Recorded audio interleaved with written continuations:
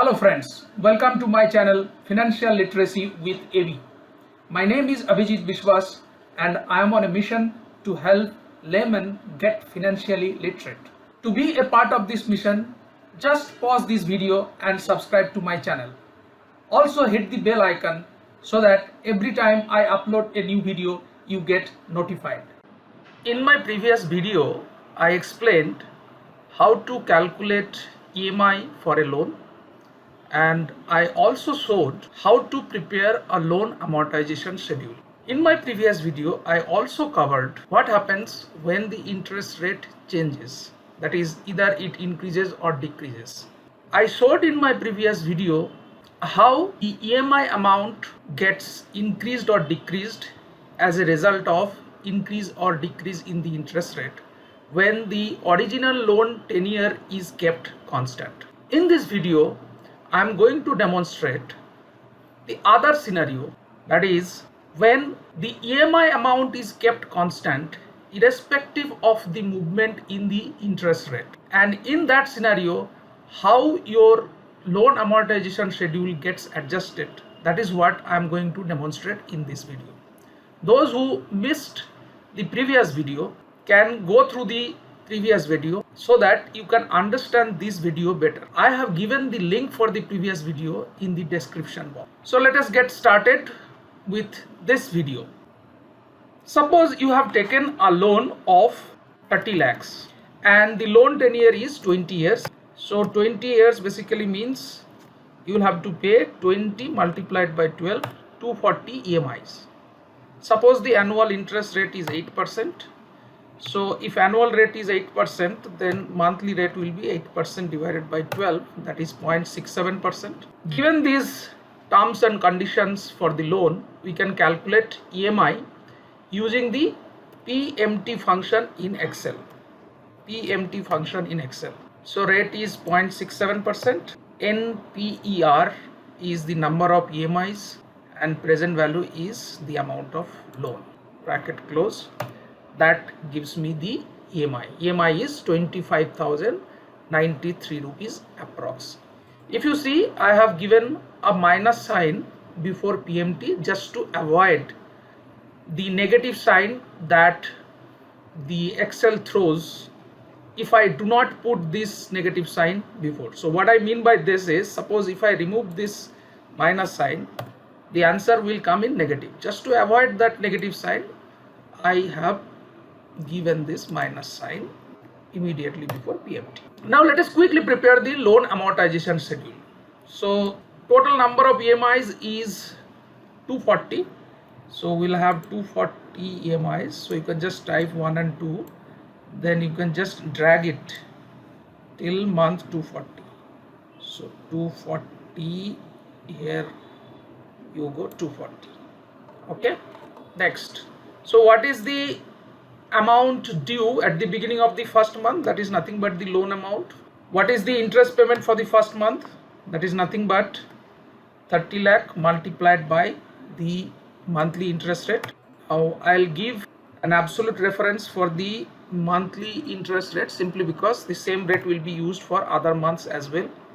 Your EMI is 25,093 rupees approx. Your principal repaid is nothing but EMI amount minus the interest payment, and ending due amount is nothing but beginning due amount minus principal repaid. So the ending due amount for first month becomes the beginning due amount for the second month. Interest you can calculate in the same way, that is the due amount at the beginning multiplied by the monthly interest rate. EMI amount is the same for the second month. Principal repaid you can calculate in the same way, that is EMI minus the interest amount, and ending due amount also can be calculated in the same way, that is nothing but beginning due amount minus principal repaid. Once you have computed these numbers for the second month, just select these cells and double click on the plus sign, and your loan amortization schedule is ready. And you can see at the end of 240 EMIs the amount payable at the end is 0, which basically means you have repaid the loan in full. Now I will come to the scenario where the interest rate increases after paying 12 EMIs. Suppose after paying 12 EMIs, interest rate increases to 8.25% from 8%. So in that case, your monthly interest rate will be 8.25% divided by 12, right? Now in this scenario, we are going to keep the EMI constant.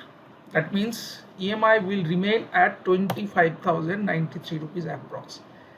And this is generally the practice followed by the bank. So whatever be the movement in the interest rate, they keep the EMI amount constant. And customers also prefer this approach because their monthly budget does not get disturbed because of the change in the interest rate, because the EMI amount remains the same. Now the question is, if the EMI amount is kept the same, then naturally the loan tenure will be adjusted, right? Which basically means if the interest rate increases and if the EMI amount is kept the same, then naturally the loan tenure will increase. So you will have to pay your loan for a longer period of time, right? So you have to calculate the revised number of EMIs, right, in this particular scenario. So to do that, let us first find out what is the amount still payable after paying 12 EMIs. Okay, so if you come down to your loan amortization schedule, after 12 months, that is after paying 12 EMIs, still 29,36,590 rupees approx is payable. So that is your revised loan amount, right? Now you can calculate what will be the revised number of EMIs. So that can be calculated using a function called NPER in Excel. So NPR, open bracket, rate, that is the monthly rate, comma, PMT, that is minus the EMI amount, that is your PMT, comma, present value is the loan amount. Present value is the loan amount. Okay, press enter. So you can see the revised number of EMIs to be paid is 238.27 approx. So number of EMIs cannot be in fractions, so effectively speaking you will have to pay another 239 EMIs. You have already paid 12, so 12 plus 239, so 12 plus 239 is 251. So in total you will have to pay 251 EMIs, right? And you can see originally your number of EMIs was 240, now it has increased to 251 because of the increase in interest rate. So if you just convert these number of EMIs into year, then it is basically this amount divided by 12. So approximately 19.86 years still remaining, right, as the loan tenure, correct? Now let us adjust our loan amortization schedule to reflect these changes. Okay, so after 12 months your amount still payable is this much, so that becomes your beginning payable for the 13th month. That is fine. Interest amount is to be calculated on this amount, but rate of interest now should be this one, so I'll drag it here, and here EMI amount remains the same, so this is correct, and your principal repaid calculation is also correct, ending due amount is also correct, and whatever is the ending due for the 13th month, that becomes the beginning due for the 14th month, so that part is correct. Interest needs to be calculated on this amount, but here I just have to drag it to the revised interest rate, that is the revised monthly interest rate. EMI amount remains the same, that part is correct. Principal repaid calculation is also correct, and ending due amount calculation is also correct. Once you have completed the calculations for the 14th month, select all these cells and double click on the plus sign. Now if you come down, you see at the end of 240 month, the amount that is payable at the end is not 0, because now the number of EMIs has increased to 251. So you just have to drag it down till the amount payable becomes negative. So here it becomes negative, so I'll just delete these parts, okay, and I'll just drag it down this part. So you see at 251, EMI number 251, you are having a negative number. So you just have to adjust it little bit. See, at the beginning of 251 EMI, or at the beginning of 251 month, the amount payable is 6800.83, and on that interest is 46.76.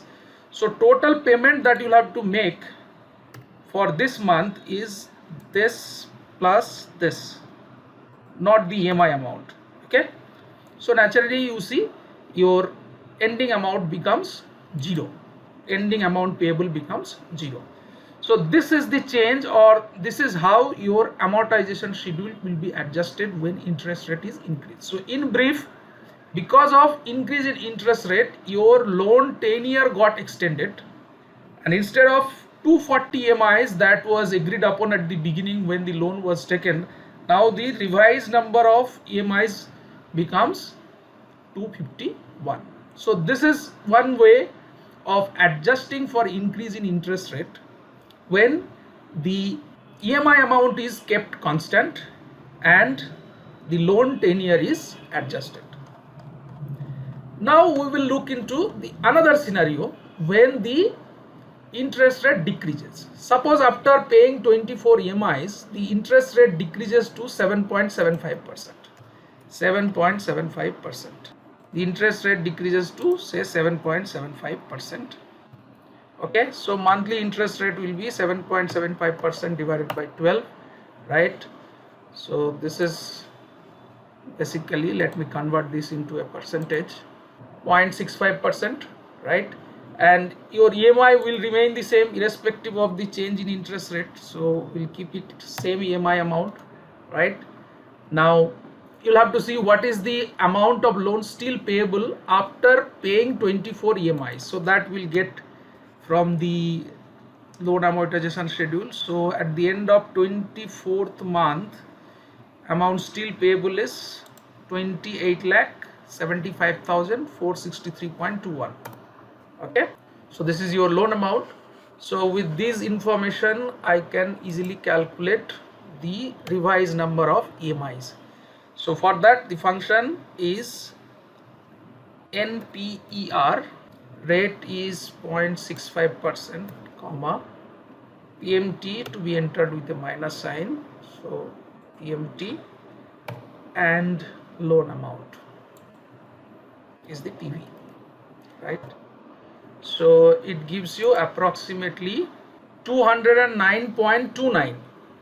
So as I told, EMI's number cannot be in fractions, so basically you'll have to pay further 210 EMIs, right? So you have already paid 24, so 24 plus 210, so total EMIs that you need to pay is 234, right? So if you just convert these remaining EMIs into number of years, so this number divided by 12, so approximately 17.44 years, that is the remaining tenure of the loan in number of years. Okay, so let us reflect these changes in the loan amortization schedule. So let us first go to 24th month. So at the end of 24th month, the amount payable is this, that is 28,75,463.21, and that is the amount which we need to show as the beginning amount due for the 25th month, right? So that is what we have done here, that's correct. You have to calculate interest on this amount, but interest rate needs to be modify it. So the revised interest rate is 0.65%. So let us drag it to the revised interest rate. So this is correct. Next, now EMI amount will remain the same, so this is correct.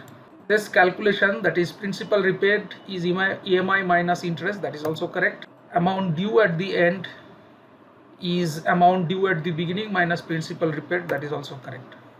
So the amount that is payable at the end of 25th month will become the amount payable at the beginning of 26 months, so that's correct.